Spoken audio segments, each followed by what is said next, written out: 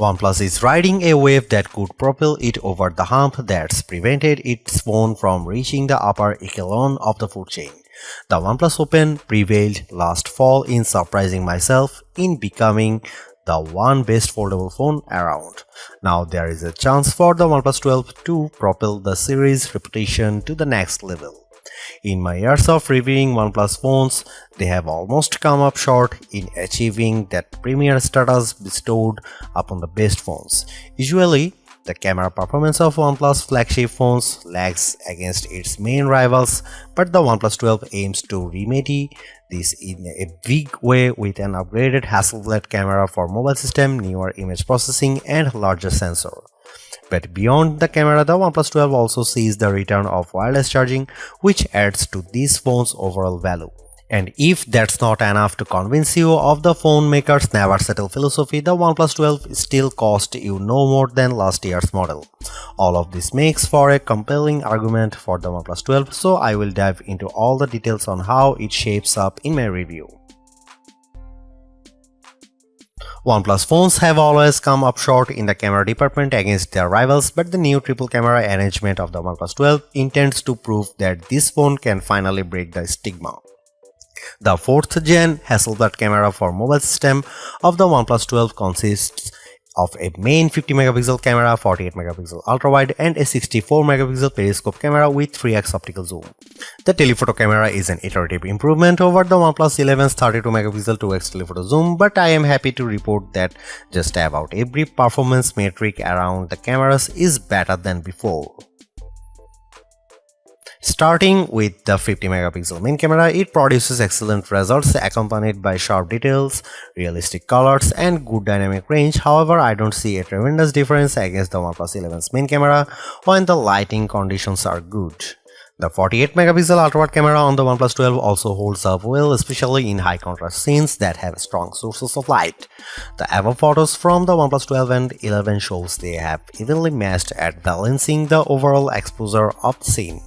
The biggest improvement in my opinion centers around the new 64 megapixel periscope camera that bumps optical zoom capabilities to 3x compared to 2x on the OnePlus 11.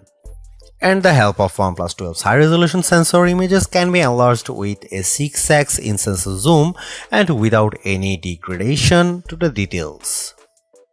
There is no comparison because the 3x zoom photos I captured with the OnePlus 12 are sharper, more detailed than the 2x zoom camera of the OnePlus 11. When I crop into the photos, I can still make out of the higher fidelity look of the 12's photos.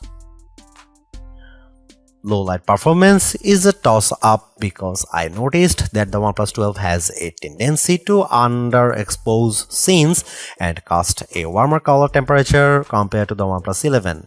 You can see it in the photo. Here are some camera samples of the OnePlus 12 and other phone comparison.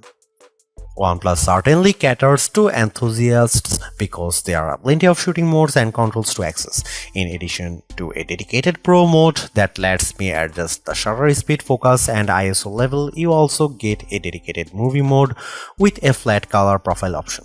Overall, the OnePlus 12 makes considerable gains everywhere around the camera to undoubtedly prove it's better than last year's model.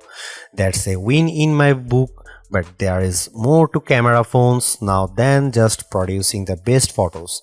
In an era where AI-assisted photo and video editing is being deployed on more phones, the OnePlus 12 misses its opportunity to get on board in this area.